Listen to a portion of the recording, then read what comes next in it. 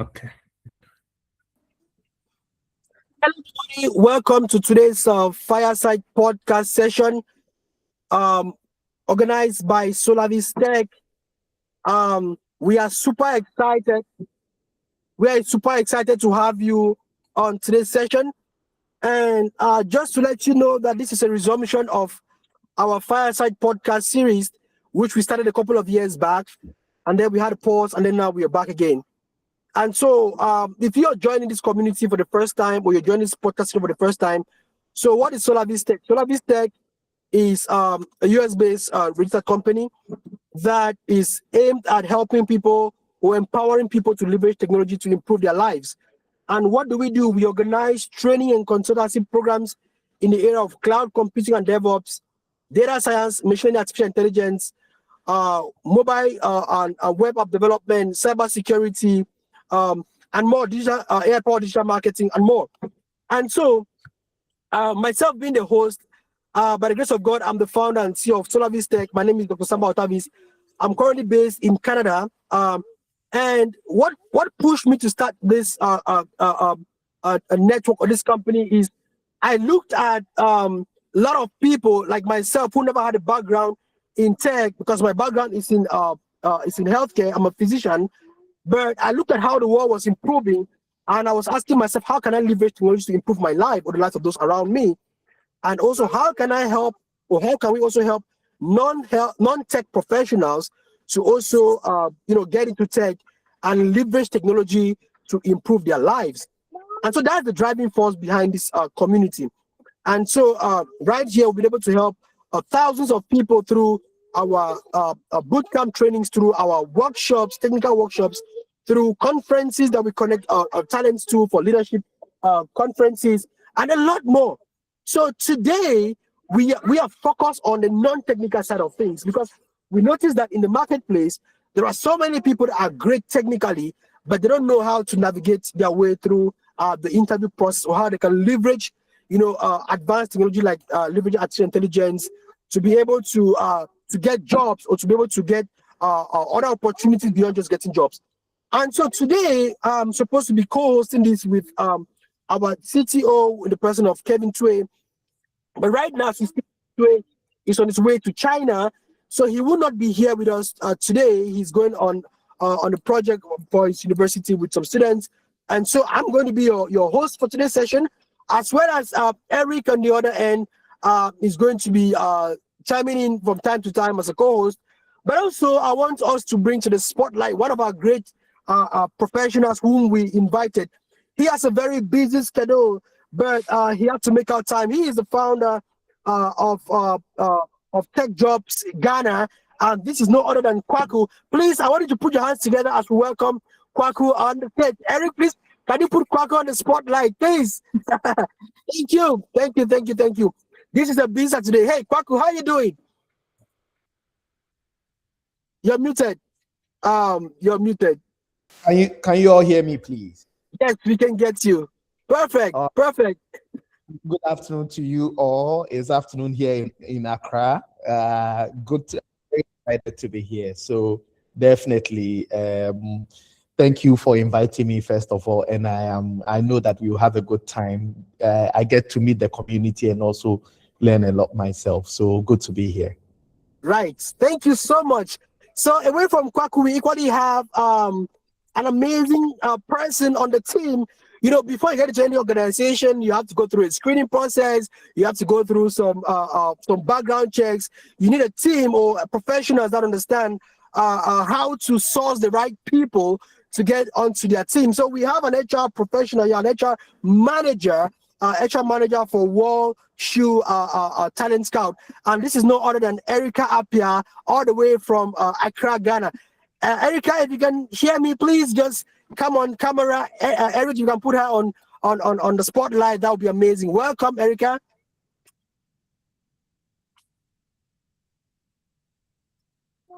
Hi, Erica. If you can hear us, if you're speaking, you're muted. We would like to see you, and just get a word or two from your end.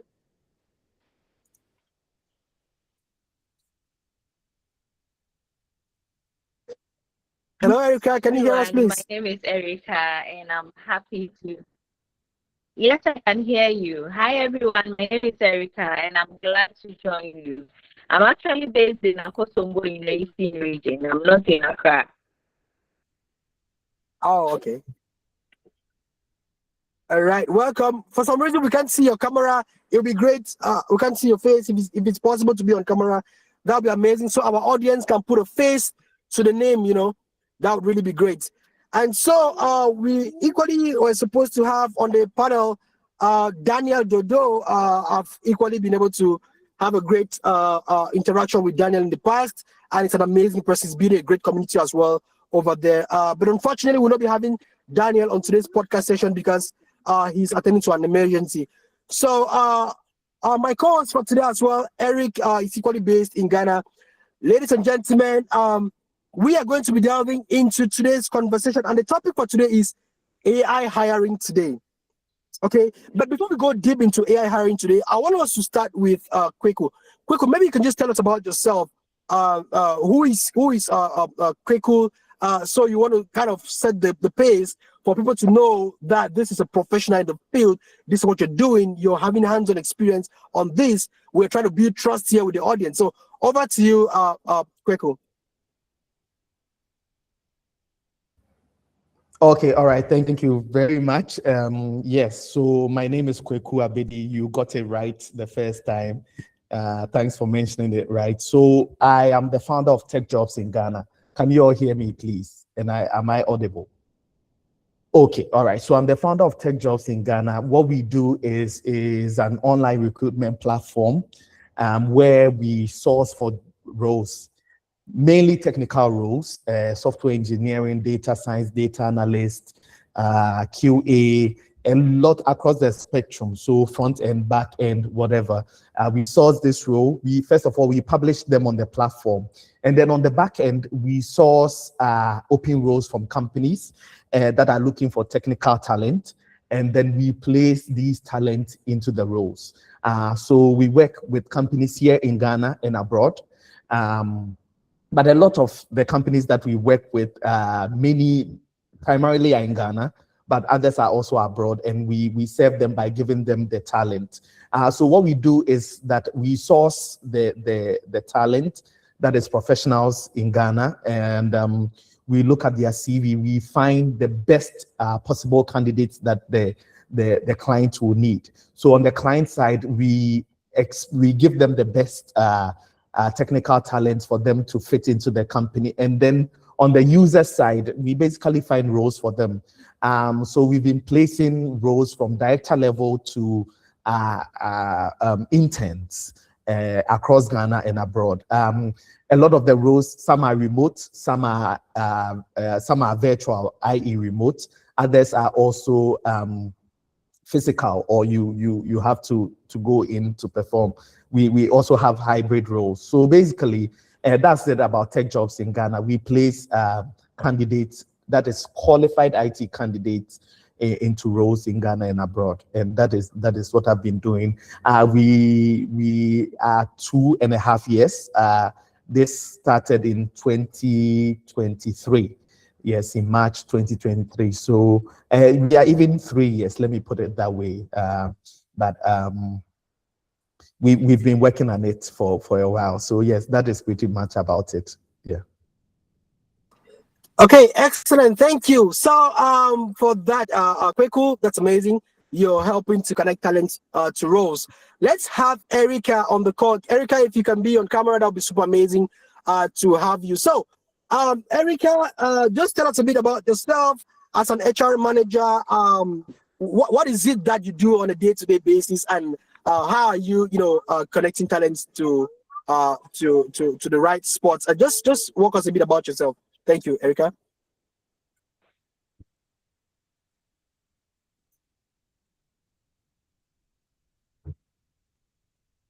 Okay. Hi, everyone. My name is Erica, as already mentioned. My profile too, and also the founder of Talent Scout. Talent Scout is an HR consultancy company, and we connect fresh talents. We groom them, we train them to meets business needs. So what the businesses need to thrive, we try to look for the kind of talent they need.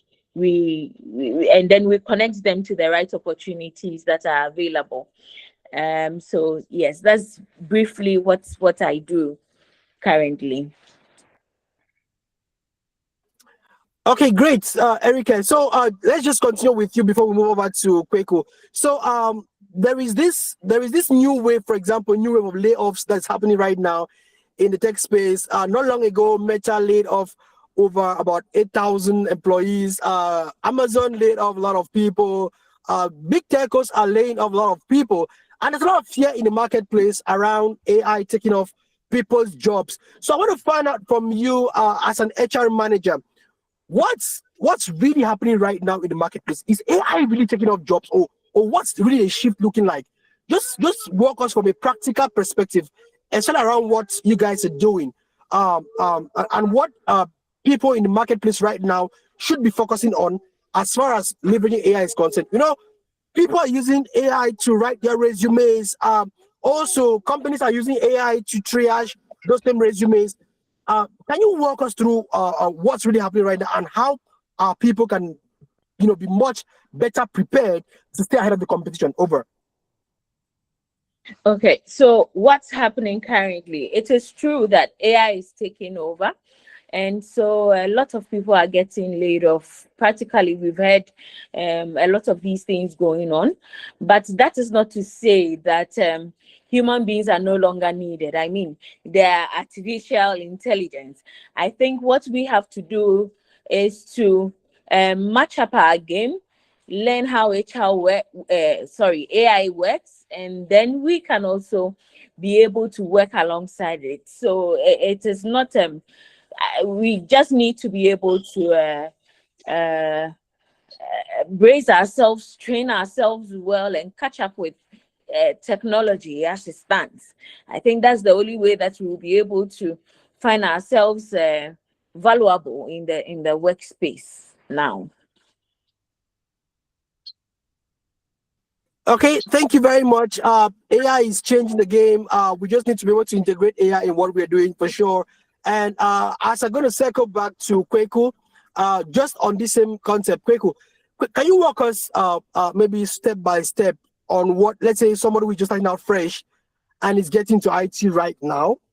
For sure, they want to position themselves, but they are scared of what's happening already around these layoffs. And they're looking at, how do I structure my resume? Because right now, almost everybody claims to be an AI expert, right? Almost everybody has an AI-powered something on their resume, like AI-powered something on their LinkedIn. So, so what should it really look like from a practical standpoint? This is the boost word in the market, right? And now it's even shifting, right? People are now adding like agentic AI, specialists. Yes, All it's kind true. so it's now I see the trend moving away, not just from AI alone, but now it's more of agentic. So people keep tweaking. But right now, I want you to like really work us from a practical standpoint. What are those things that companies are really looking out for? And when you're trying to source a talent to connect to an opportunity, what are you looking for? Beyond just putting those keywords in there. Just talk to that, please. Okay, all right. let me just start from saying that the layoffs that we see in tech, first of all, is happening in big tech. So we are looking at what Google, Amazon, these very large companies that employ thousands of people. I wanted to take it back from 2019, right? In 2019, what we saw was that a lot of big tech companies were doing hiring. They were hiring massively. Why? Because people were at home, so there was a lot of demand for content and also technical support to oversee these technology companies. So Facebook, i.e. Meta, that owns Instagram, Threads, and a host of others. We have Google with the whole Google Cloud platform and the Gmail and what have you. We have Amazon. They were all hiring because there was a lot of demand for their services. 2021, 2022, the pandemic started slowing down, right? And then we saw that AI, the growth in AI also started. What we've seen is that a lot of the overhiring that happened during the pandemic in tech is what the large companies are shedding off. Now, when we talk about layoffs, and when you look at it critically, it's not necessarily the core technology talent that are being laid off. Yes, some are being laid off because, I mean, now AI is getting great at doing some basic task. For example, Microsoft has Cortana, which was their first AI that they launched, and then they have what, Copilot now, right? Google has Claude. Meta has their own Meta AI and whatnot. But what happens is that so an engineering team of say 6, 7, 8, because there's AI, they can cut down a little bit to 6 because maybe there are 2 junior engineers or 2 junior interns that were doing things that are quite basic. So AI is able to take over that aspect of what they do. So yes, we've seen that aspect happening. Regardless, there's still opportunity in the space. And when I say this, when you talk about AI with the average person, what they know is usually ChatGPT, just typing in a question and the AI just throwing out a response. That is how the average person interacts with AI. Now, the technical person, i.e. the software engineer, the data analyst, and what have you, they use AI on a much more advanced scale. That is, they use AI to analyze large data sets. They use AI to be like a coding partner, so that AI is able to, because of the data sets or the large data models that AI works with, they are able to catch errors easily, are able to build simple JavaScript and what have you. So what is happening when it comes to AI is that it's now becoming a tool that is empowering senior engineers to be even more effective. Now, if you're a junior and you want to use AI to improve your efficiency or use AI to look for roles, it is important that the core coding languages, or if you're a data analyst, the programming languages that you use for analysis, like R, you understand what you are using it for. Otherwise, your knowledge of AI, using AI is like a buddy to help you achieve these goals, right? So even in recruitment, when you are using AI, how are you using it to streamline and structure your CV, to help you understand the gaps in your CV? So you can upload your CV to AI, that is ChatGPT, DeepSeek, or whatever AI of your preference, and then you can ask the AI to spot the gaps in your CV. The AI will spot the gaps and then let you know where the areas where it can be strong, where there are, grammatical errors and what have you. So yes, AI can be used for several things when it comes to the job search process. The CV itself, AI can help you, put it together, the portfolio, look at other things that other engineers are doing. AI can also give you directions in terms of what junior level or senior level engineering professionals or IT professionals in your field are doing, so that you can also catch up. So yes, as a recruiter, when you say you've built an agentic AI model and all that, you can say whatever you want on your CV. But when we meet via the interview, the interview is able to, sieve out those things. Yeah. So definitely AI is here to help, but it's important that we use it in such a way that it does not take over the job, but it's there to help you or to assist you do the work efficiently. Yeah. So I don't know whether your question has been answered or if you want me to go further in there. Yes.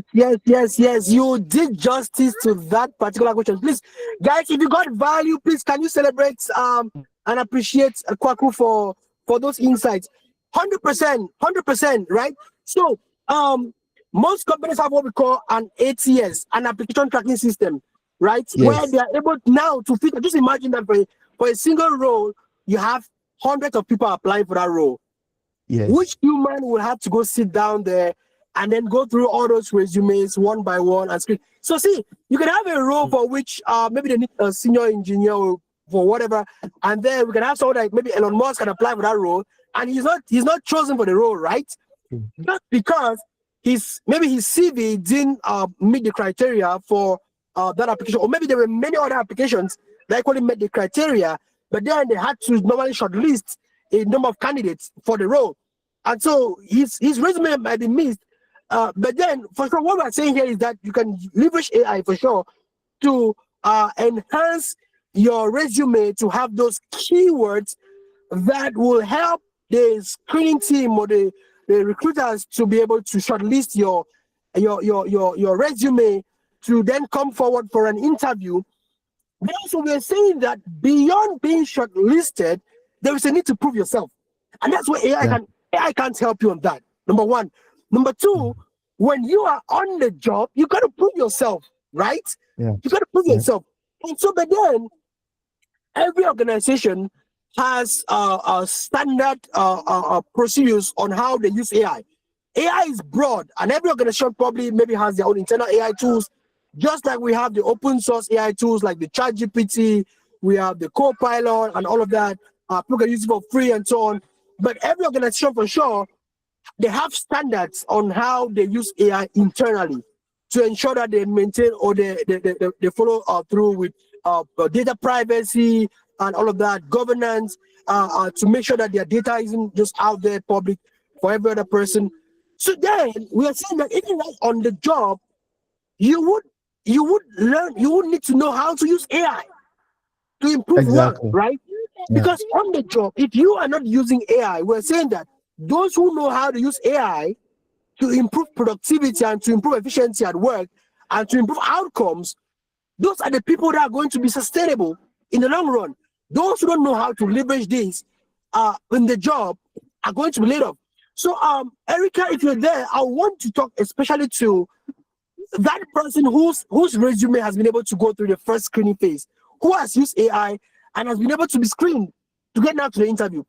Erica, when you're on that interview, what are you looking for to be able to make that decision at the end of the day to say, hey, you're hired? Because every other person has a well-polished resume, every other person has a resume with the same skill sets, but now you have to talk to a human being and you have to make a decision. You have to then filter. What are you looking for and what are companies looking for today to be able to make up that decision? Erica, if you can hear me, over to you. And Daniel, once Erica is done, if you have something else to add to that, you can everybody chime in and speak to that. Thank you. Do we have Erica on the call? It seems I think he was knocked out. I think somehow. because I've lost our network. Okay, so Kwaku, maybe you can speak to that. Okay, all right. So yes, just to recap so that I understood you clearly.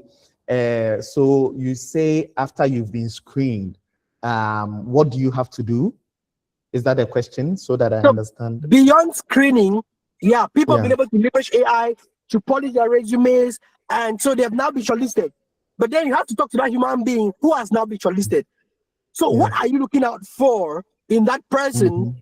He's still going to be asking questions around AI capabilities, but what else are you looking out for to be able to make a decision on the hiring process? But that's what we're looking at right now. So that people start looking at, because now, for example, personally, when I go to interview someone, I look beyond just what is technically written, right? Because at the end of the day, we have to deal with their character. We have to see if they're a good cultural fit. We have to see what's their mindset around failure, things like that. So just talk a bit to that. Okay, all right, thank you. But even before I address that, it's important that in applying for roles, you do not do what everybody does. Why am I saying this? I was reading an article, I think many months ago, where the Walt Disney Company put out an open role, and they had 24,000 applicants for just a single role.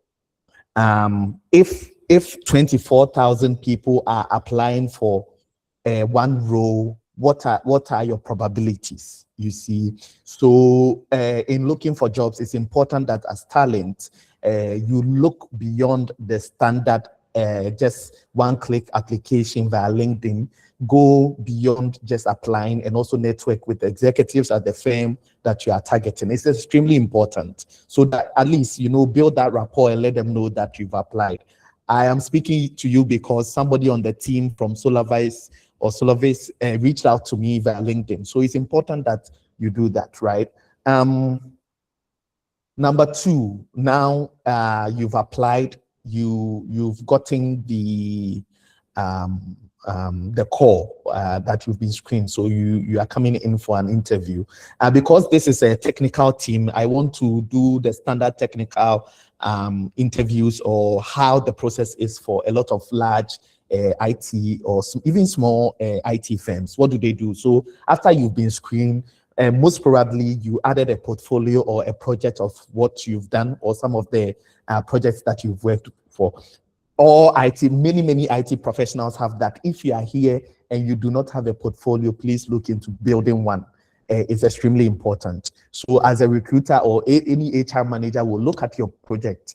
One, it's important that your project, you set it apart.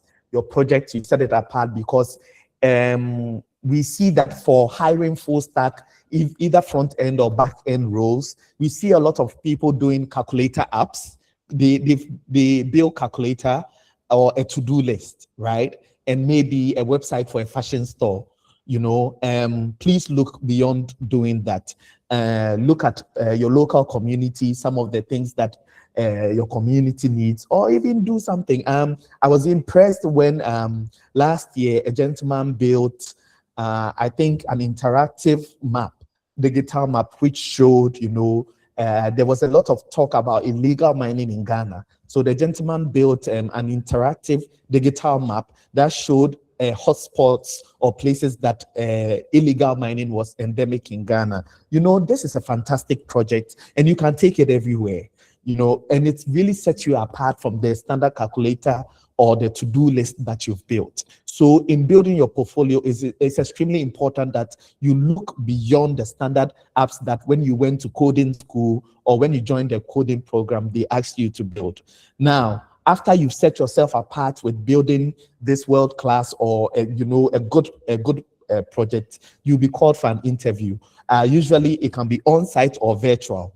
The person, usually for IT roles, the person will first of all check your technical skills. So IT is one of the few areas that there's a technical interview that you have to pass. And usually you do that with a senior technical team member of the company that is looking to hire you, right? Usually the director of engineering or the head of engineering of the company. If you don't know what a technical interview looks like, just go to YouTube. There are so many videos that shows or breaks down the technical interview for you. There's something called whiteboarding, where they'll even ask you a question and they'll give you a marker. You go stand in front of the board and then you explain your process as to why you will do that. So sometimes you're asked to build a binary tree. Sometimes you're asked to do this. They present you with a data set. They ask you to, how would you, because they want to understand if you really have that core technical skills to do it. Even some companies give you a 3-day assignment, right? They can give you a 3-day assignment, which most of the companies, they even pay you for, right? So they are like, we are giving you this data set, go and mine this data. We want you to draw inferences and all that. So after passing the screening stage, that's not it. Your portfolio must speak for itself. Number two, prepare very well for the technical interview. There are many resources for that. I know for sure that the team on here might also have resources to help you with the technical interview. You really need to prepare for a technical interview. After passing that, hopefully, they assess you to see if you are going to be a good culture fit. By that behavioral interview, what are some of the challenges you overcame, and all those questions. That really is to assess you or your personality as a professional, right? And then when you pass that, Then I mean, there's the probation where this is the 2 months, 3 months that you really need to prove yourself. Because the IT hiring is a bit intense, you see that on average, it also pays marginally better than other roles. So your average software engineer will earn marginally higher in terms of salary than other industries or companies. So just to recap what I've said, once you've gone through the screening stage and you've been contacted, please look into your portfolio. If you didn't build it yourself, you went to copy the code somewhere to build it, then it is important that you understand the code that you are presenting in your portfolio. Number 2, prepare yourself for the technical interview, because any serious IT firm will put you to the test. Or prepare yourself for a homework assignment. And then number 4, please prepare yourself for the behavioral interview is going to happen. And then you come to the negotiations and the contract stage, and then you are given the job.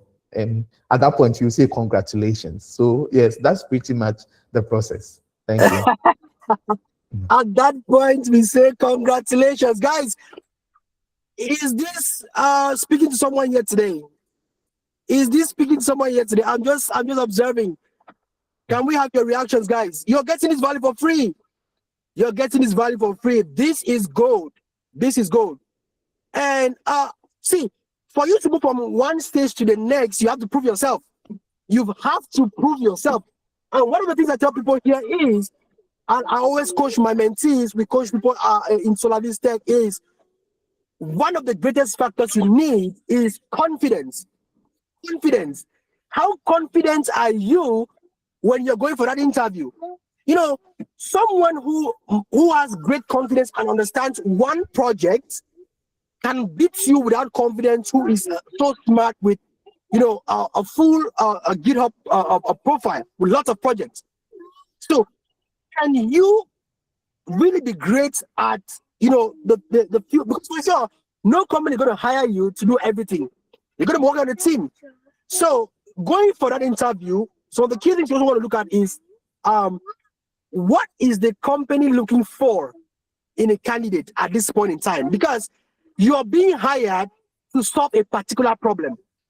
You may have a great portfolio with so many projects, but you don't have a project or haven't done something that is in line with what the company is looking for at that point in time. So that's adding to what Kwaku said around your portfolio and all of that, is to say that also look for projects that speak to your target company. That also, maybe you've gone to their website, you've gone to the job description, they say, we're looking for somebody who has this skill set, that has worked on this or this or this. You may not have worked on all of those. You may just have exposure to 40% of it, 30%. It's okay. You must not have 100%. But the question is, can you go into that interview and articulate in a way that the company understands that you have an exposure on working on such projects, maybe on similar projects, but you're not kind of a person that can always figure things out. You can write this down. Companies are looking for people that can figure things out. Because on the job, nobody knows everything. You always have to go search for documentation. You always have to go look for material here and there. So are you the kind of person that knows where to go look for information? So drop in the comment section if you can hear me. Have an open mindset. Just drop in the comment section if you can hear me. You need to have an open mindset. Why am I saying this? Is because some people disqualify themselves even before applying for the job, even before going for the interview. They look at the job description, they say, oh, I only have 40% of the job requirements. I only have 30% of the job requirements. Maybe this is not for me. But they are so confident in what they have done. They are so good at what they have done. You know? So I want to now give it back to Erica. Eric, I don't know if we have Erica back on the call. Erica, can you hear me? Do we have Erica back on the call?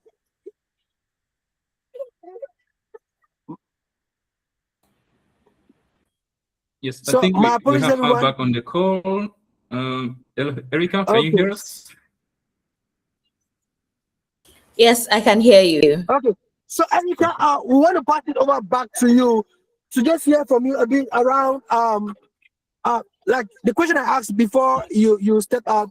Like you are trying to interview talent. Just give me 1 second, everybody.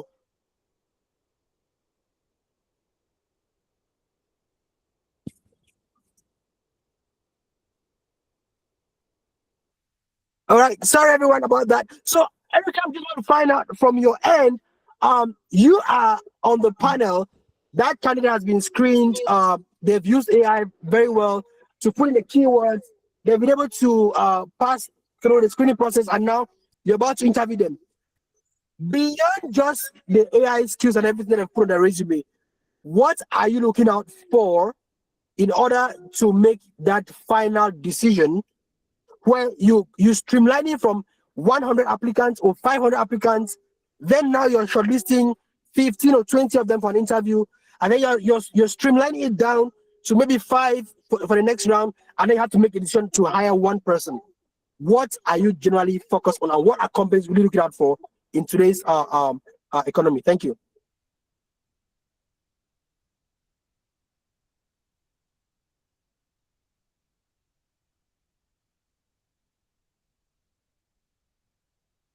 Erica, in case you're speaking, you're muted. Thank you.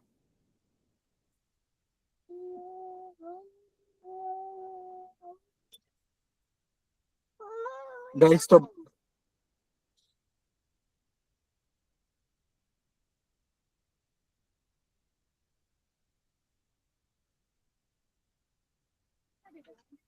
Okay, so it seems we don't have Erica yet. Probably she's having a network glitch. So, Kwaku, let's continue the conversation. This is getting more interesting. You talked a lot around. Okay, I think we have Erica right now, but I'm sure she missed on the question. So, Erica, so did you get a question before maybe you stepped out?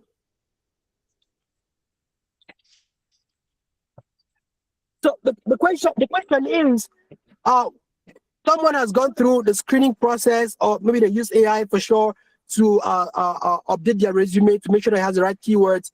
And yes, they have been screened. They went through a pool of 500. Now they have been shortlisted among maybe 20, 15, and they need to get that interview. When you are with them on that call, or when you're maybe on the maybe the Zoom call or whatever, maybe the initial screening process, what are you looking out for to make that decision to move someone from one phase to the next to finally making that offer? Especially around looking at the way they're responding to the emails, maybe the way they speak in the interview process. What are you looking out for, and what are companies looking out for? We've been able to hear from Kwaku's and what usually is focused on. So what are you usually focused on, and what are most companies today focused on? Because now AI has given everybody a level ground. Anybody can just, have a well-polished resume. You can't make a difference. Everybody today is a content expert. Everybody can just use AI, to write amazing posts and content. I mean, but then what are you guys always looking out for, and what should people be focused on right now when they are stepping out into that interview to be able to make a difference or to stand out? Thank you.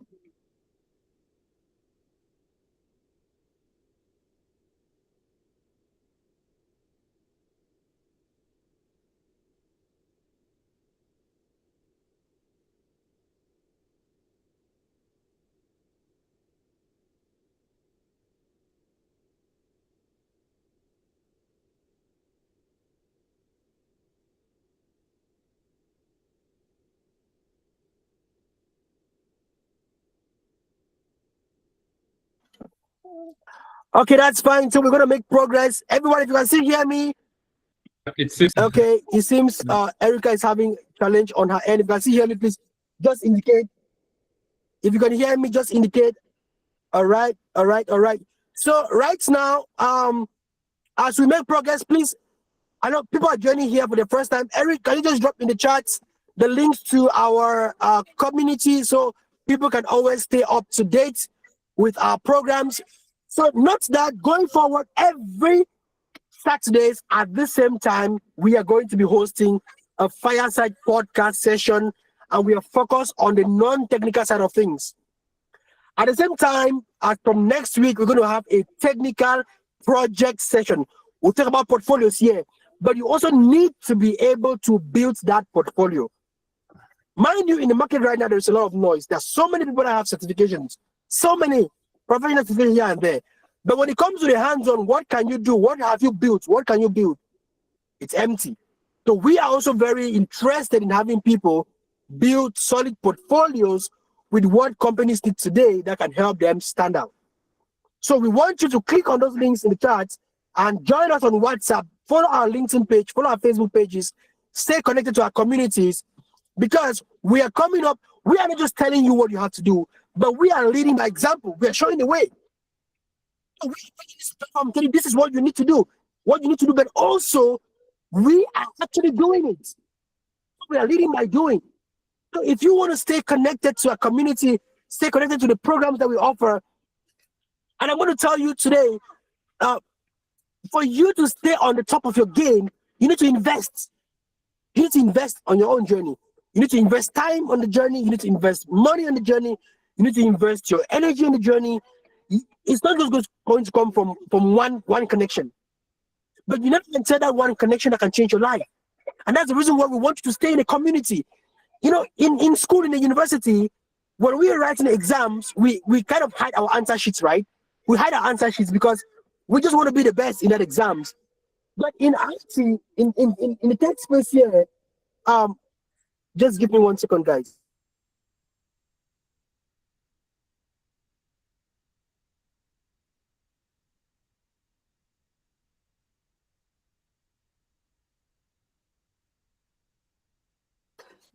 So in the tech space today, also one of the things you want to do is you want to stay in a community that is forward thinking. You want to stay in a community that gives you access to opportunities, because in this space, it's not just about what you know, it's also about who you know, and most importantly, who knows you. You can write that down. It's not just about what you know, it's also about who you know, and most importantly, who knows you. I'll give you a little story. The other day, I shared this link about the webinar, and I shared some communities about, you know, how today I'm part of the hiring committee on several bodies where I do a lot of interviews every week. Next, I'm going to be interviewing some people on another platform. Last week, I was doing a lot of interviews, just trying to place people in different places, different organizations where I volunteer for, and so on.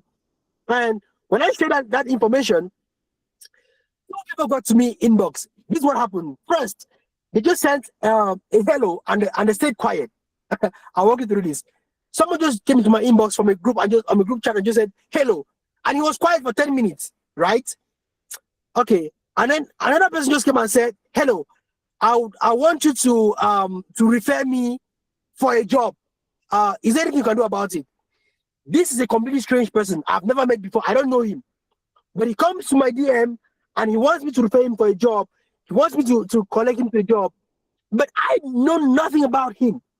So we are saying that, just like Kwaku talked about, people have reached out to him from Sulawesi community, you know, start a conversation and so on.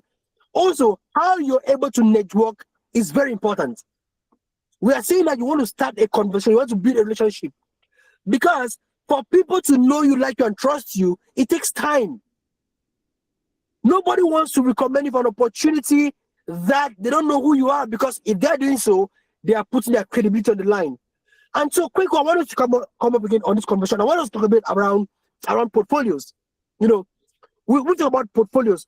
What is a portfolio all about, and what makes a portfolio different from a traditional resume? Because this is part of the conversation.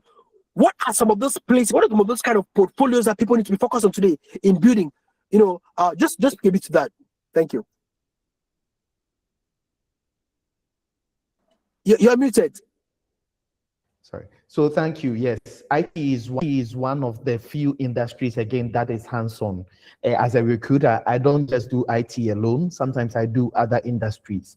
In other companies, if you are applying to be, say, a customer service person in an insurance company, nobody asks you to bring or present a portfolio. It's not relevant.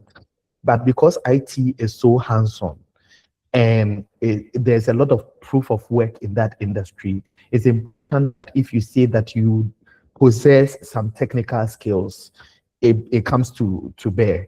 So a portfolio is basically a digital asset that has all the technical work. It might not be all, but a few or some key technical works that you've done over a period. Basically, that is what it is. Now, how you choose to present it is totally on you as a professional. Some people do a standard one-page website or a web page, and then they provide links to what they've done. Again, like I said, usually the standard when it comes to software engineering or IT training for full stack developers, people usually build a calculator, a host of other things, very basic or simple web apps. So if you've built something like that, you share links to them. Also, GitHub is a good platform that people have their code base sitting on there with their forks and all that. It also shows you how active you are in the tech community, because it's an open source platform, right? So it shows how you are also contributing to other projects or open source projects. So yes, a portfolio is a digital assembly or a digital diary of all your technical or some technical works that you feel is good or strong enough to show to employers or potential employers. What you present, again, like I said, is definitely up to you and to the course that you studied. But however, please ensure that whatever you're building sets you aside from the market. Yeah, so that's pretty much it.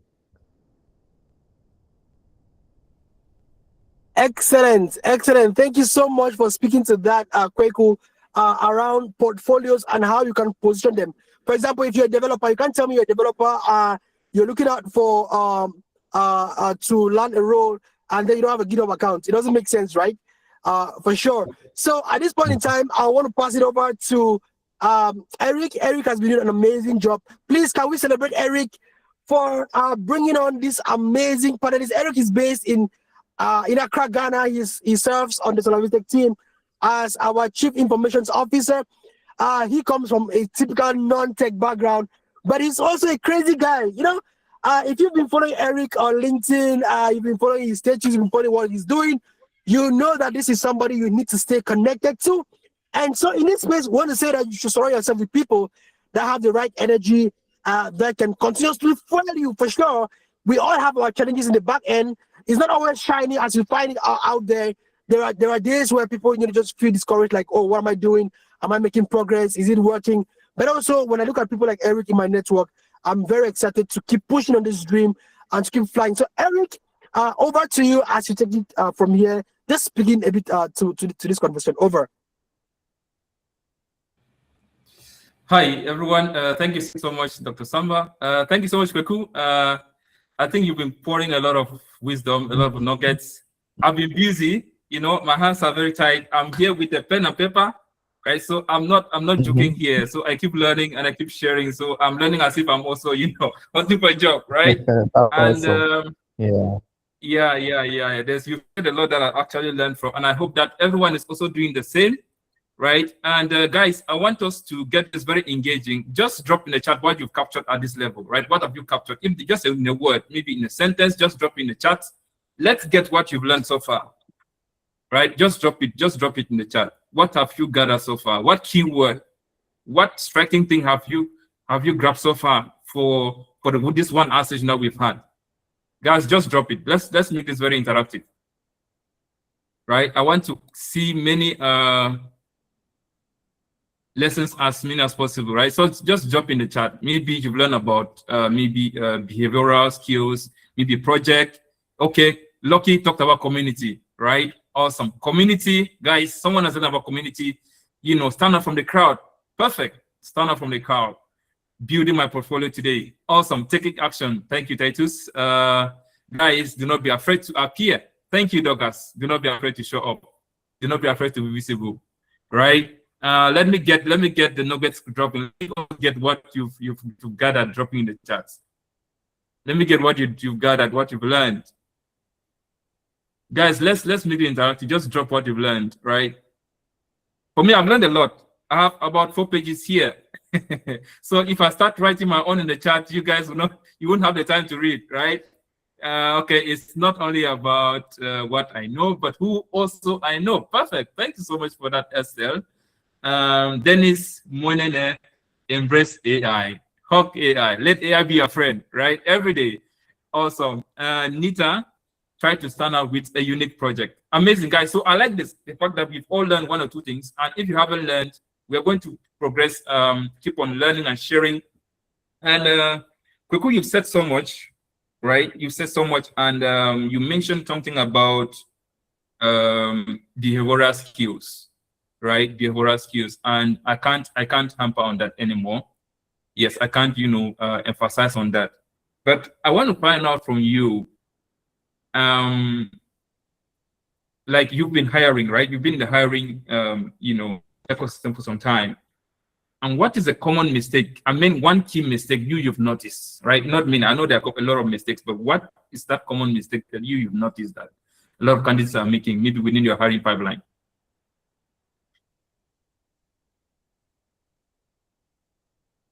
We can't hear you. You're muted. Sorry. Yes. So the mistakes, I mean, is there even one common? Because there are certain mistakes that happen over and over again. That I think I've hinted on when I started since I started. Number one, please, the CV that we are using to apply. A lot of technical talent do this one size fits all.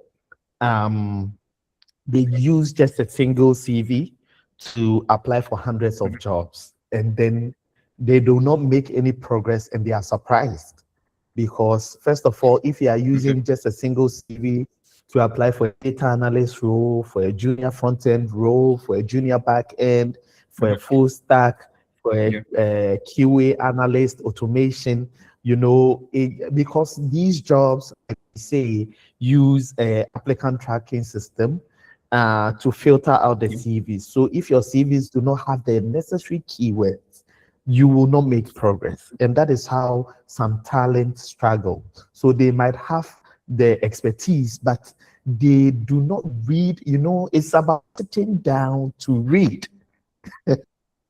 Simple as that. Right, and it right. shouldn't take more than, right. Yes, I'm saying, yes, it shouldn't take more than 10 minutes of your time. So you sit down, you look at the job description, and then the keywords, right? Front end, they are looking for Nest.js. If it's Python, maybe they are looking for some sort of package. So you make those programming languages and all that appear on your CV, So that is what I'll say to the CV bit. Another mistake on the portfolio is that many times we've had interviews that people or applicants have copied code or asked GPT or AI to put together a code base for them to present as their profile or their portfolio. That is not cool. There's nothing wrong with asking or using AI to help you, but it is important that you understand the code base. Otherwise, you go to the interview, and then when it gets to the technical bits, you are fumbling. So that is another mistake. Please don't be in a rush to build your portfolio, but however, make sure that is exhaustive. Understand you understand everything about the portfolio, so that when you are being asked simple questions about it, you do not fumble. It's extremely important. Also, after passing the technical interview, if you are doing the behavioral interview, please research, know a few things about the company that you're applying for and the role. It's important to know some of the executives, their mission and vision. Some people apply for roles. Yes, I know there's this mass application, one-click apply on LinkedIn and Indeed and all these things where you just click once and monster.com, all these sites where your CV is already there. So they actually encourage you to do the one-click apply, but please, try as much as possible, especially if you've gone past the screening stage, the technical interview stage, to learn a few things about the company. Yes, the motto, what the company is about, and all that. It's extremely important that you do that. All right.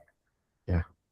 Okay, awesome. Thank you so much. I think you talked so much about these behavioral skills, and I just feel like in Solaris Tech, right, we are not missing any piece of that, right? Because one of the core things that we've so much integrated into our training program is exposing our students to not only the technical aspect, but sessions that they can express themselves, right? Sessions that they can put themselves on the camera and talk about their project that they're doing, right?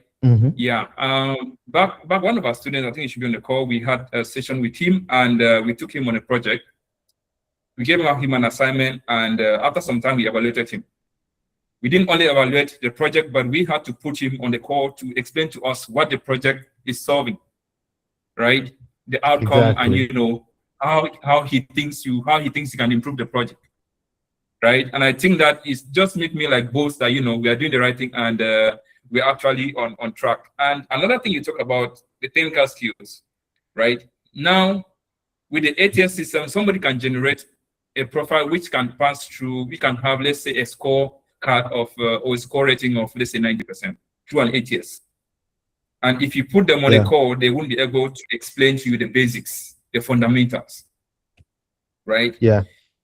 And so a place at some point I feel like maybe we should kind of Dr. Sambas here, we should kind of shorten our training program, to fit people so they can finish faster their training program. Right? But we realize that no, because everyone's in a rush. We realize that no, it's good that they understand the basics. They understand the basics. Currently, we are having a batch that they are currently doing Python. They're currently training on Python right now.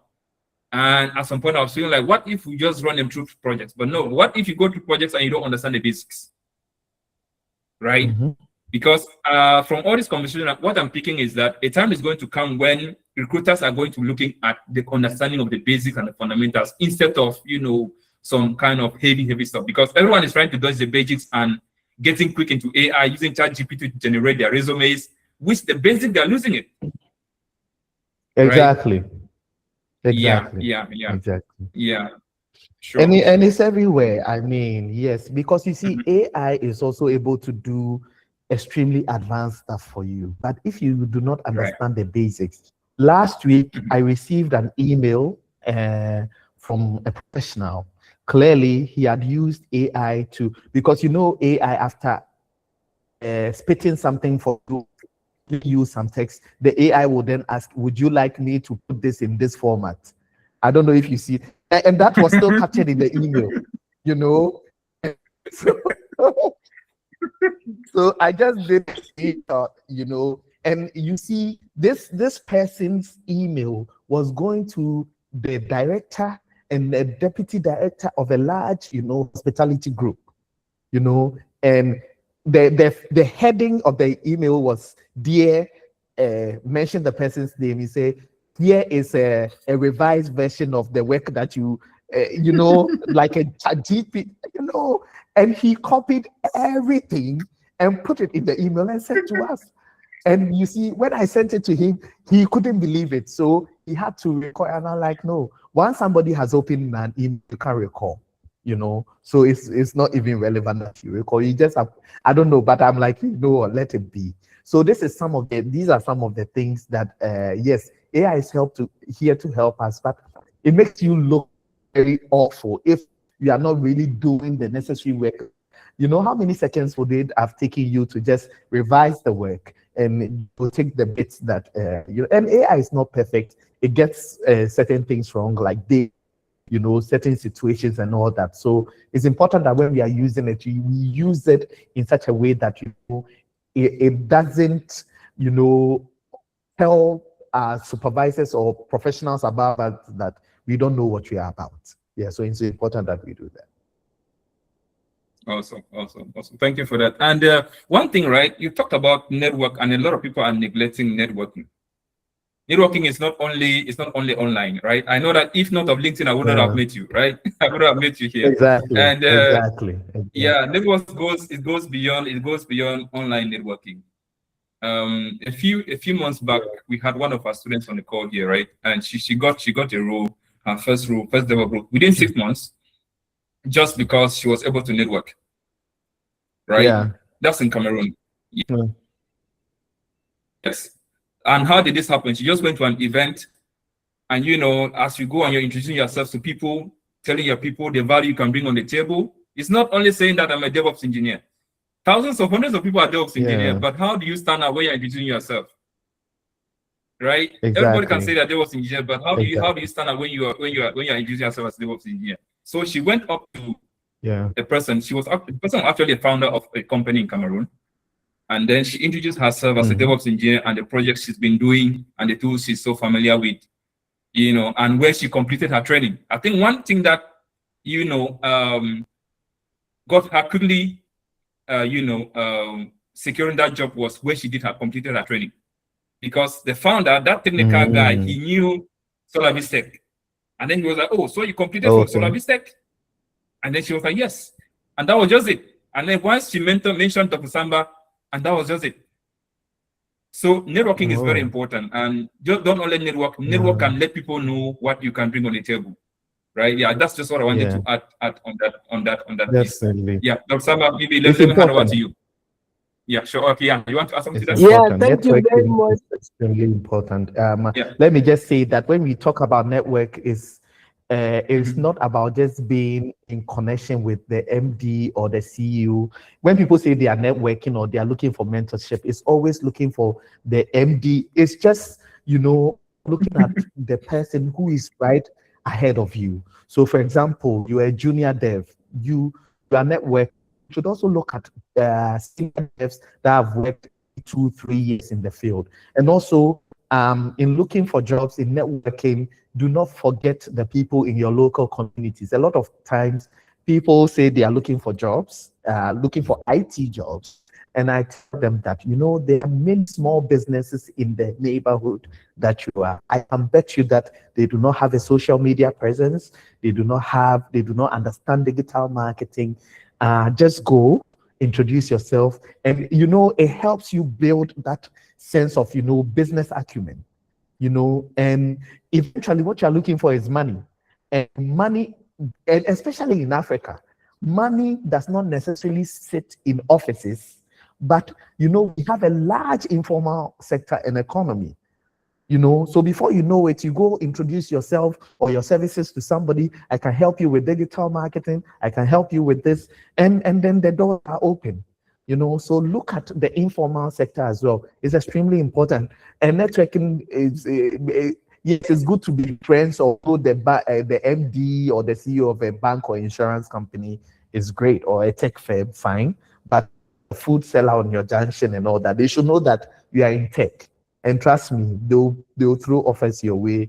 You will not believe it. Yeah.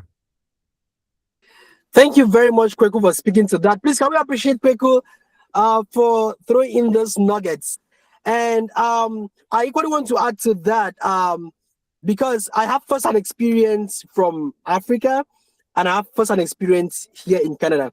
And I want to share. I just told my network I'm going to be sharing everything I've learned. Everything I've learned. When I came here, I spent like 9 months. I was completely silent on social media because I just wanted to understand the system here too.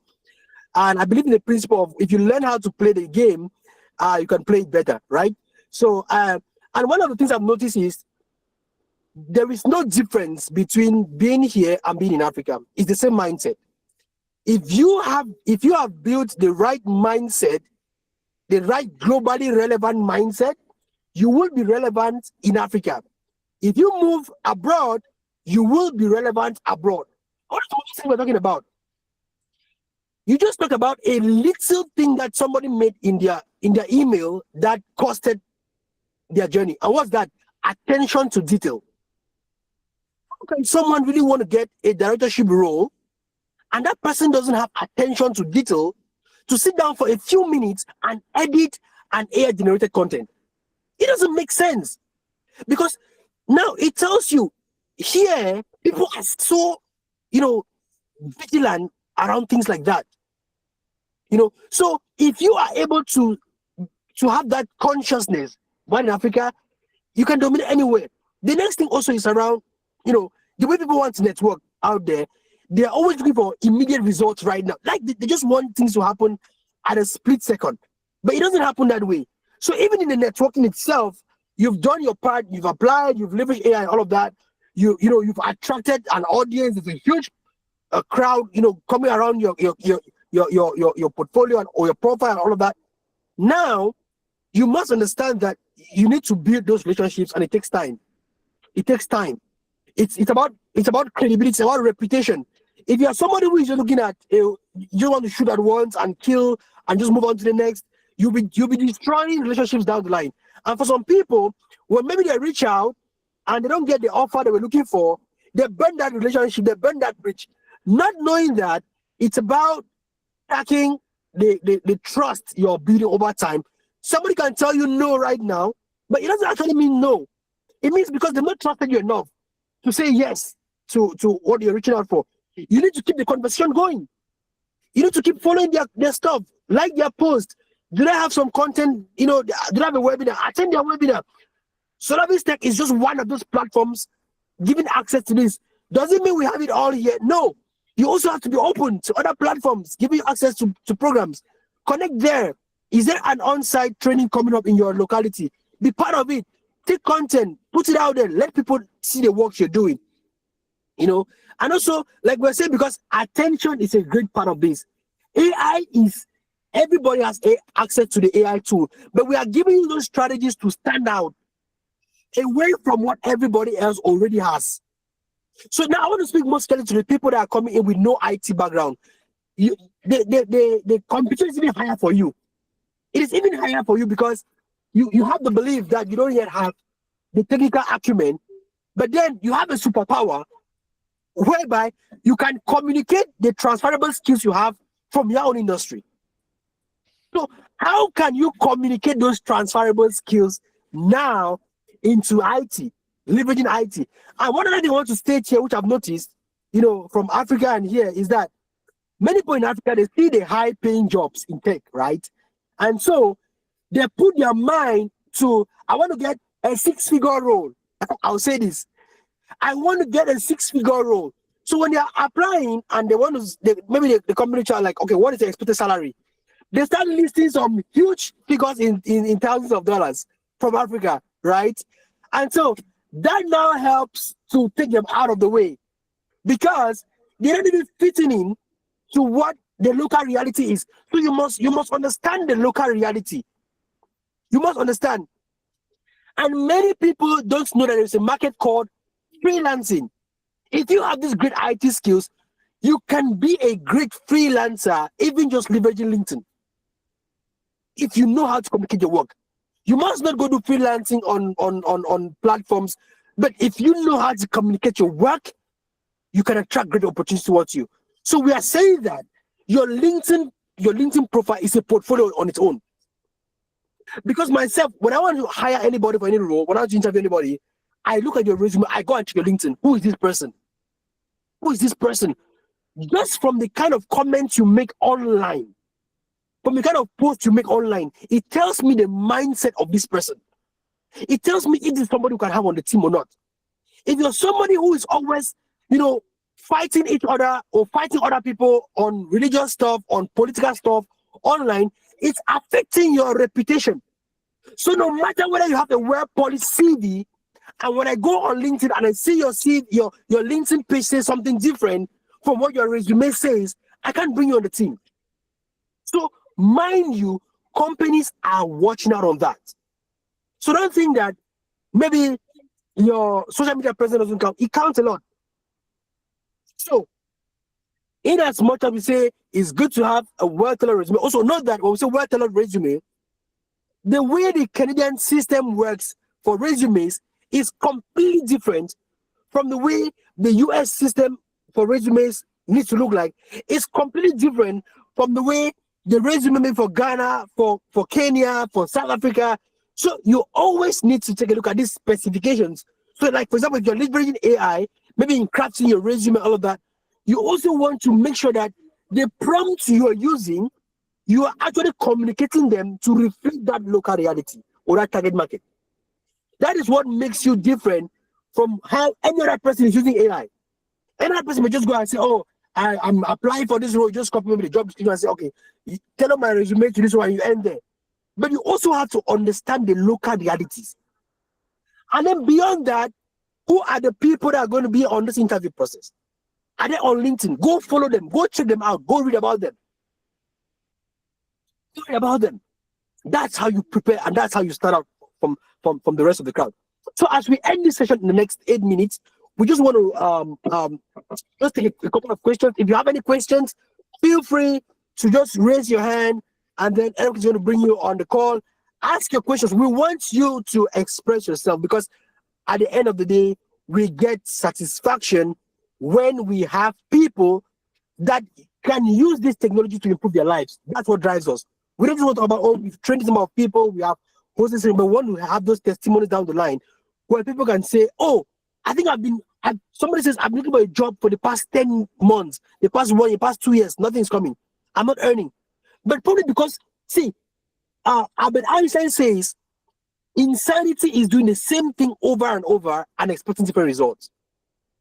So I believe that from this entire conversation, you must have picked one thing, just one thing, that if you improve on that one thing, it can change everything for you. And never be shy to get into someone's DM and start a conversation. Never be shy. You never can tell what that can happen, what that can do. So just click on the links again and join our WhatsApp community.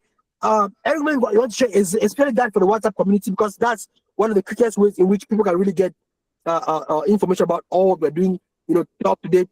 So if you have any questions, you can pick up the mic right now and direct whom your question is targeted to.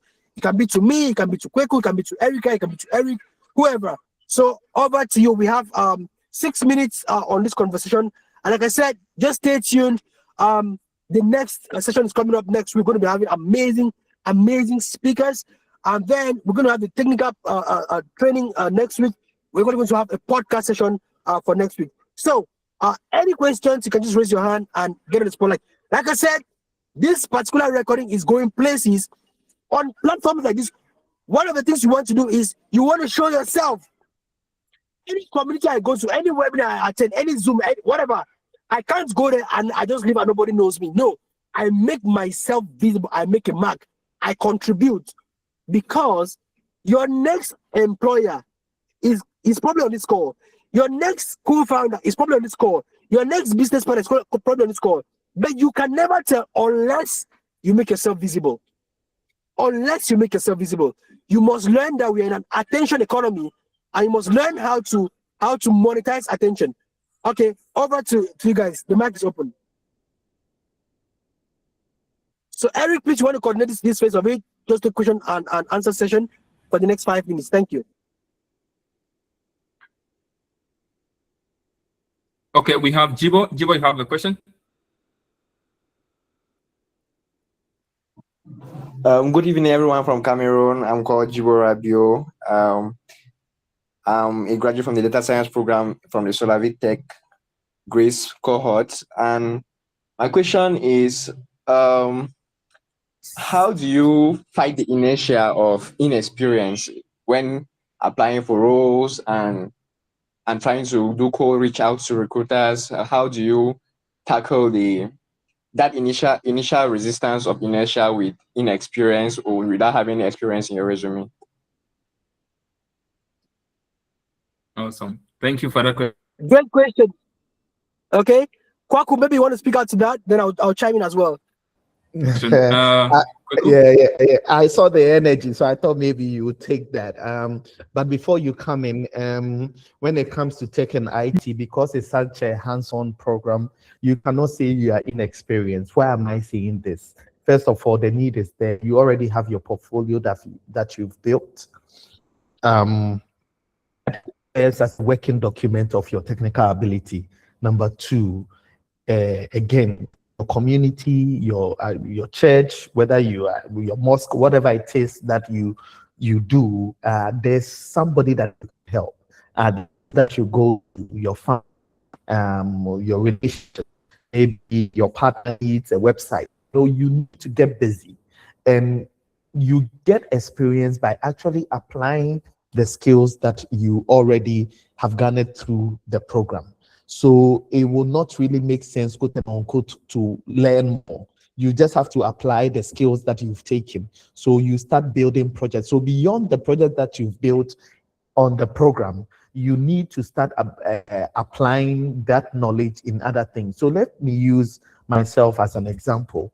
When I started tech jobs in Ghana, you will not believe this, but actually I signed up for a coding program.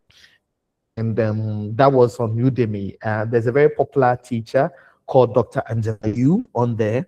I learned her data, what's it called, a full stack developer program. And I used that to build the first website for tech jobs in Ghana, you know, because the projects that I had built, I'm like, no, let me find a way that I can build something that will actually serve communities. So what I did was that I've always liked job listings.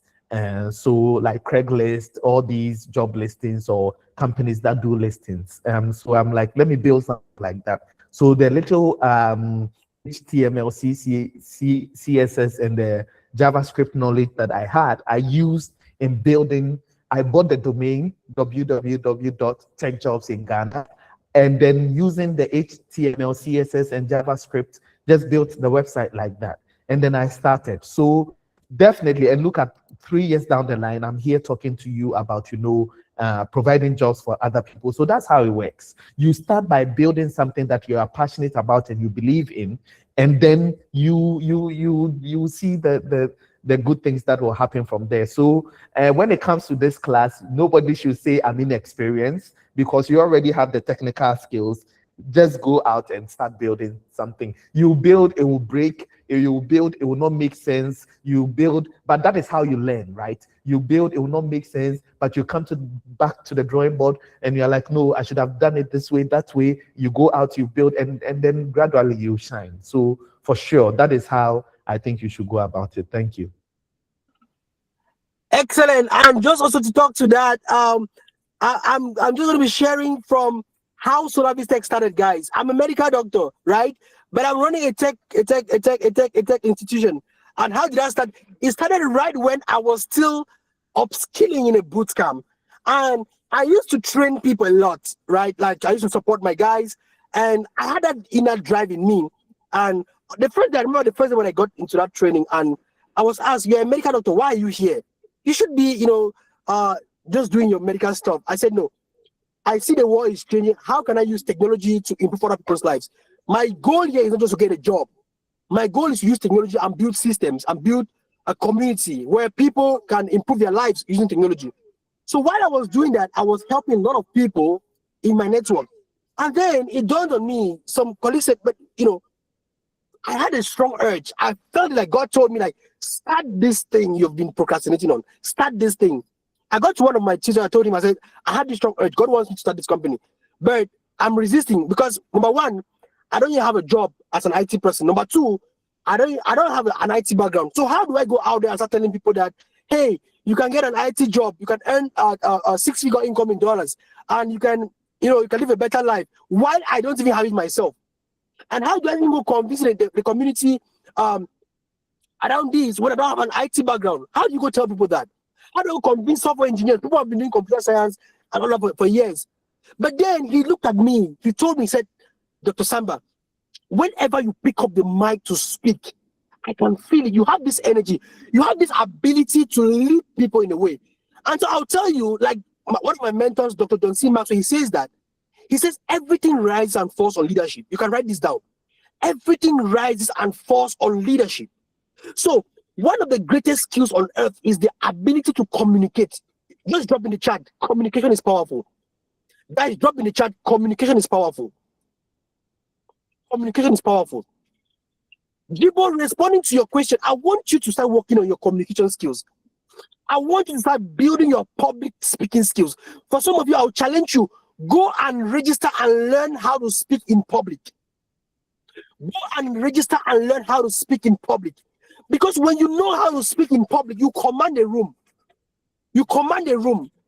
Somebody who has done just one project and knows how to communicate is going to win more than that person who doesn't know how to communicate. So right now in the interview, we want to see your mind, we want to see how you speak, we want to see how you blend in teams. We want to see how you can come in and lead. The world is in need of leaders. We need leaders.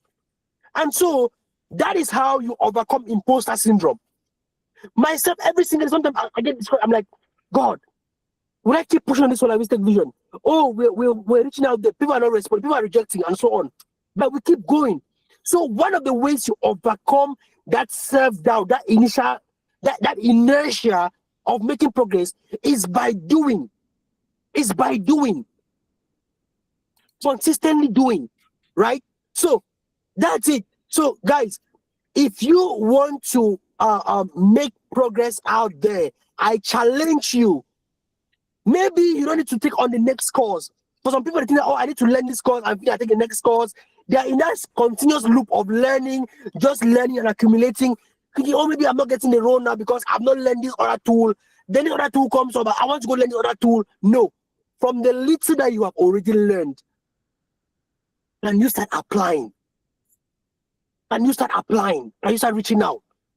So everybody, every winner I know, every great person I know, faces imposter syndrome. Everybody. And the fact that what is imposter? Imposter simply means that there's this thing you want to do, you know you're good at. But you're scared, like, what will people say about it?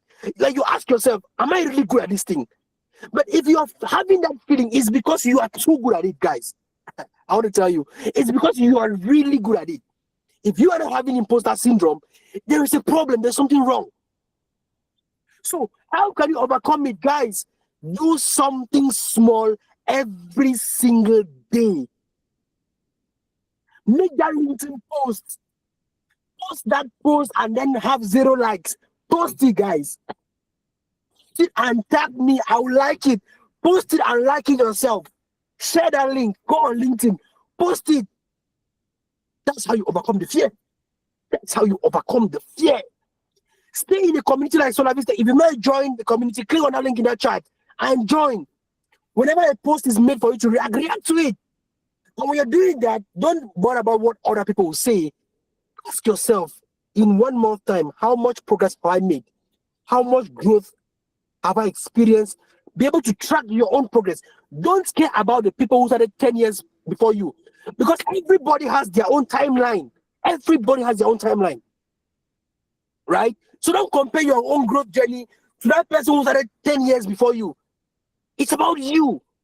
So guys, we are coming to the end of this session, and maybe we'll have we have another question there. Eric, maybe you want to bring on the next person. We have a couple of hands right there. Okay, we have Estelle. Estelle. And then Yes, after I'm Estelle, here. we go to Providence. Okay, great. So just make your question very straightforward, right? So we get you. Thank you so much for the value you've shared with us today. I'm so grateful. Well, my question was, how do I implement? Do you get me? Yes, I get you 100. Yes, I think Dr. Samba has already answered most of the questions that I have. And my question was, as an English teacher who is so much interested in AI and EdTech, how can I stand out in my field? And the other one was, how do I build my portfolio? And the last question was, I needed Dr. Samba's book, so how do I purchase it? Okay, great. Thank you so much, Estelle, for reminding me about my book. I didn't even mention that because lots of people have been reaching out to me. Hey, medical doctor into IT. Now I work at the intersection of healthcare, technology, business, and leadership. So I've been talking to so many people. I took part in the launching of the book. So since with Dr. Madison, but I've not been able to buy the book. Okay, good. So are you based in Cameroon? No, I'm in France. You're in France. Oh yeah. So I have the book available on Amazon. You can just go on search, take the leap on Amazon, or just go on my portfolio right now. Just search on online, sambaotavis.com. That's my portfolio. You go right there and you just go to the book section. You're going to see my book. You can buy it on Amazon. But if you equally want the physical copy, we can equally ship it out to you, right? So you can get the e-copy on Amazon. Thank you. Thank you. All right. Any other question?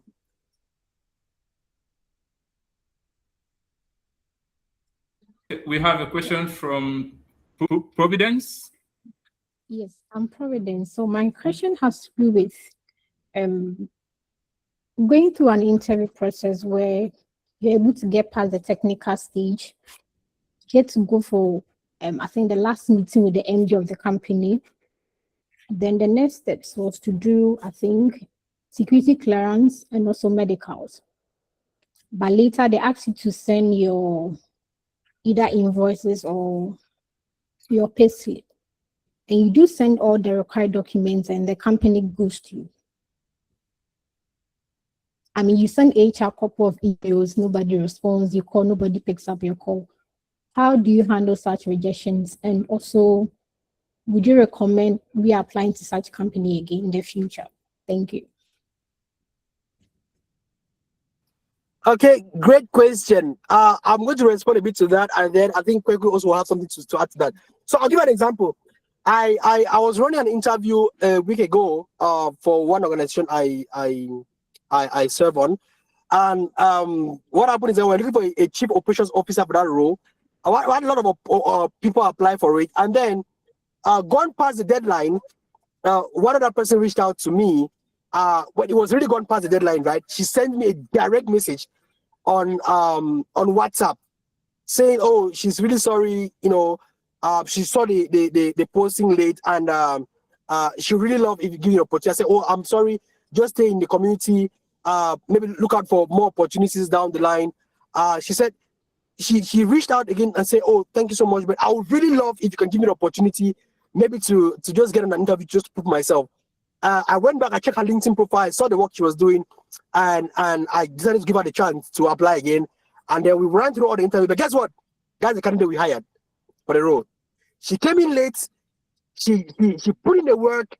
She went through the background. She reached out to me directly, and then she was able to stand out in the interview process. And now she made the offer compared to others who applied earlier. What am I trying to say to this? Coming to the question you've asked. One of the things you got to do, in my own experience, is, see, you need to increase. It's a game of numbers. You have to be strategic, but at the same time, it's a game of numbers. So, in this job market, I want you to focus on looking for more no's. You are going to get more no's than yeses on this journey. And so, let no be a fuel for you. So if you get a no, you get a rejection, maybe you don't get a response, reach out to ask for feedback. Go to them. If you have the hiring manager's contact, write them an email. I didn't get back from you guys. I got a rejection. Please, can you tell me why you rejected my application so that I can improve on it for the next time? Don't be shy. These are human beings. Don't forget, a company is just a group of people working together. Reject their rejection. Guys, drop in the chat. Say reject their rejection. Drop in the chat. Reject their rejection. It's not about you. It's not about you. If you are ghosted, if you are rejected, it doesn't mean you're not good. So I want you not to label yourself as a failure if you do not get that job. You are good enough. So that's why I'm saying that you send countless emails. That's okay. No response, that's okay. But also, listen, guys, write this down. Write this down. You are not just going to get an interview. You are also going to interview the company if they are a right fit for you. Write this down. This is how you distinguish yourself from every other person in the market. If you know your worth, if you know what you're capable of doing, you don't just want to say, "Oh, I just want to get any kind of job." No, I am always very critical. Do these people also have the kind of things I'm looking out for? Do these people do they also have like the culture I'm looking out for? Right? So that's what you're trying to look out for. So make sure that you customize your resume in such a way that you're reaching out to the company, you're getting the interview, but also you want to also interview these people. Are they right fit? So if at the start the company is not communicating, maybe it's a red flag. Providence, maybe it's a red flag for you. That no coming from the company could be a good sign for you that, hey, they're not cultural fit. Number one. Number two, go and do the background check. Do they have the values you're looking out for? And if you get the no, that no just simply means write this down. No means not now. It maybe it's not the right time. But keep the conversation going. Keep that contact. Another time may come in the future when it may be the right time. No does not mean you're not the right fit. No simply means it may not be the right time. And you may have another applicant who was better fit for that role than you right now. It doesn't mean you're not good enough. You are good. Be confident in your abilities. Kwaku, maybe you want to add to that. Thank you. Yeah, I mean, you are spot on, Dr. Otavis. Providence, you mentioned that you sent a scanned copy of your past payslip. Is that the case? Requested, yes, I think please, it's not legal, it's not done, you know, that a company that you are applying for requests copies of your past payslip. That is private, and usually the best a recruiter or an HR person can do is ask you to even give a range.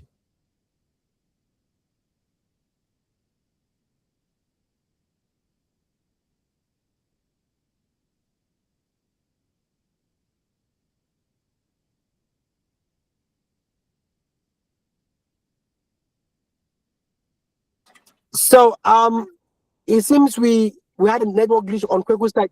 Okay, so, you're back. 5 on 5.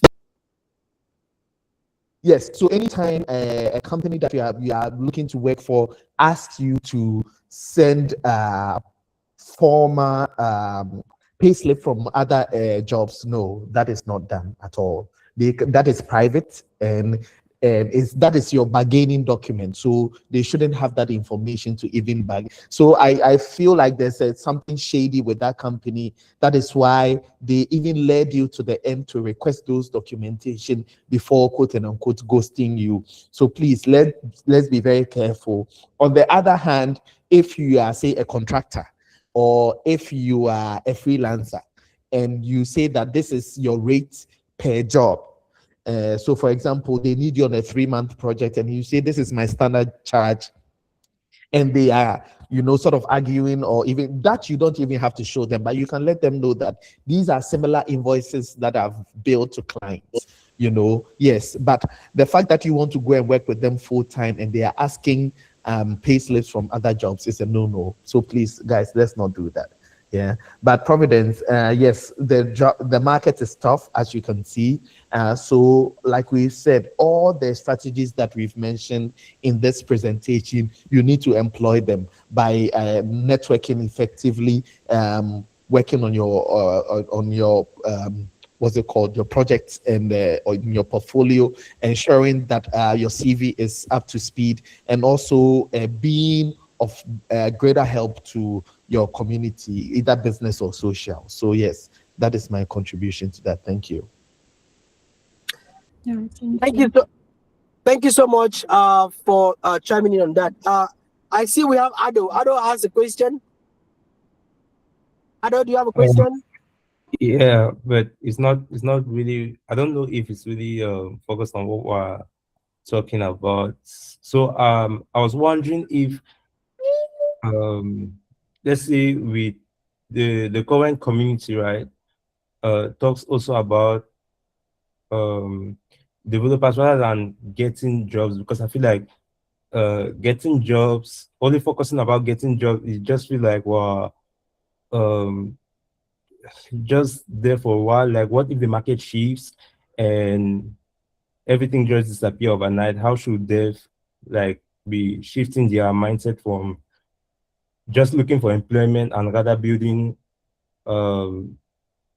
sustainable community helping project? I say that rather than business, because if the project you're working on is helping on building a community, definitely a good business opportunity also. Like, does the program also work on that? Yes, so thank you very much for highlighting that, Ado. And that's the mindset that Solavis Tech has. We are building people to leverage this skill to improve their lives. And getting a job is just one of those ways. that you can make money to improve your life. So we are building the mindset of people that can use this. They can use these technologies to build their own businesses. They can use this to build their own startups. So we are building entrepreneurs. That's what SolarVista is focused on. Anybody who's in our community will notice that we don't only share information about our training programs, we also share information to leadership programs. We also refer and recommend people to opportunities, to seminars, to conferences, and so on. For example, right now, I'll be in Rwanda, Kigali, Rwanda, in the next 30 days for the All Africa Leadership Summit, where I serve on the board of Lead Mission International as the Chief Technology Officer for Cameroon. And right now I'm serving as the head of marketing and sales for the conference, where we're bringing together 200 to 300 different leaders across the world. It's going to be for from the 9th to the 11th of July. We're going to have a hybrid event on-site and online. And so we're going to be having a lot of speakers from across the world, like Vusi from South Africa, PLO, Professor PLO Lumumba. We're going to be having my own mentor, Dr. Madison Gafison, who is the host and president of Lead Mission International. All of this work we are doing is because we want people to start thinking beyond just getting a job. See, you're bigger than just getting a job. While in Cameroon, I used to consult for people in the US, in Canada, in Australia. I was charging them in dollars. And I was doing it from the comfort of my room. SolarVista is running 100% online. There is no physical office, right? But we are serving. Guys on our teams are doing support projects. Like we get people doing like we are outsourcing talents for companies. Right now as we speak, we have guys in Cameroon who are working for companies in the US. We're outsourcing talents. But which means that it's the mind, just like Daniel's adding here, the mind, we are building entrepreneurs. So in Africa right now, the opportunity is too much. We have challenges on ground, I would say, which we understand, like infrastructure around internet, electricity, and so on. But how do you up your game? That's why if you look at the standard we are raising in SolarVista, we want people to be confident in themselves. We want people to come on camera, we want people to speak out there, we want people to showcase their work. You know, and that's how you start building confidence. And also, one of the things I want to write down is called volunteering. Many people don't want to volunteer. Volunteering will open so many doors for you. Look for an organization that is doing something that you have a solution you can provide to them, and request to volunteer on that. Show your expertise. Once you start showing your expertise what you can do, it's possible for you to now monetize that expertise. Does that make sense? If you got that, just let me just have you react to that. Perfect. So guys, so that's it. So that's what we had for you today. We've gone a bit above the time. It's because it was quite an interesting conversation. But again, just before we wrap up this call, I'm just going to drop again in the chat the link to our WhatsApp group for those who have not yet joined. You can join us right here. So that you can stay up to date with whatever will be coming up down the line. Ladies and gentlemen, I have been your host for today's session. I want to appreciate you so much, Kwaku, for being here. I want to appreciate. Thank you. It's been a pleasure. Yeah, I want to appreciate any volunteering company. Yeah, there are lots and lots of companies you can volunteer for. Stay. Just connect to our communities. If you're looking for opportunity to volunteer, first of all, you need to know what you're looking for. Because I'll say this, write this down. What you are looking for is also looking for you. What you are looking for is also looking for you. But also for people to give you access to volunteering, they must be able to trust you to then put their credibility on the line for you to serve. I'll give an example. Right now, for the project we're working on for the Kigali conference, my company SolarVista is handling everything around the website, updating in real time. And I brought in one of our students who did our DevOps engineering program. And, he also has expertise in web and app development. And he's not just doing it for free. We are giving him a stipend on doing that. He is proving himself by doing for this global organization. And it's very easy based on what he has done. You now see we're going to be putting the word for him and say, hey, this is one of our talents. He's doing this. This is what he has been able to do. You never can tell who's going to hire him down the line. You never can tell who's going to give him another freelance project and now pay him more. So not that, guys, not this. Some things will make you known. Some other things will make you money. Write this down. Some things will make you known, other things will make you money. Don't confuse the two. Some of the things, not only for the things that are going to give you money, because if you only want the things that are going to be paid for, you will lose out on a lot of opportunities. You can start giving out free services. And once you're known for those free services, now you can put a charge on those free services. Guys, this is what we put together for you today on this podcast session. And looking forward to the next edition. Have a great weekend. God bless you. And for those who are interested in, at 3 p.m. today, that's in the next 2 hours, we will be having a session with my own mentor, Dr. Madison Gavison, about the Kigali conference. Those who want to attend online and on-site, come and listen to the man who helped transform my life. Come and listen to the man who helped put the work I have been doing into a book, guys. This book, I've sold more than 1,000 copies already. The man who helped me, start looking at leadership from not just an African perspective, but from a global perspective.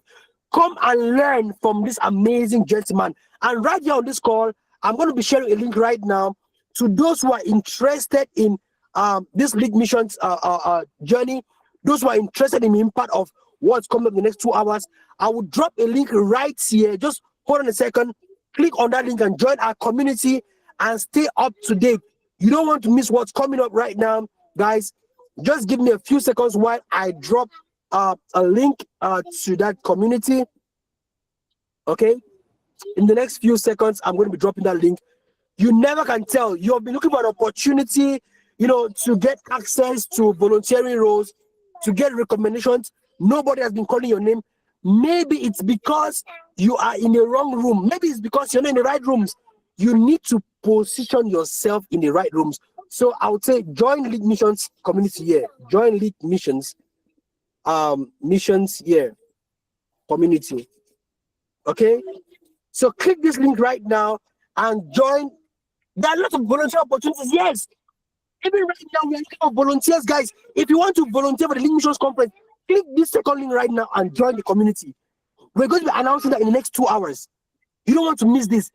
We are looking for volunteers. Even right here in social media marketing, I'm heading the marketing and sales. We need volunteers. So click on that link right now and join and see you over at the top.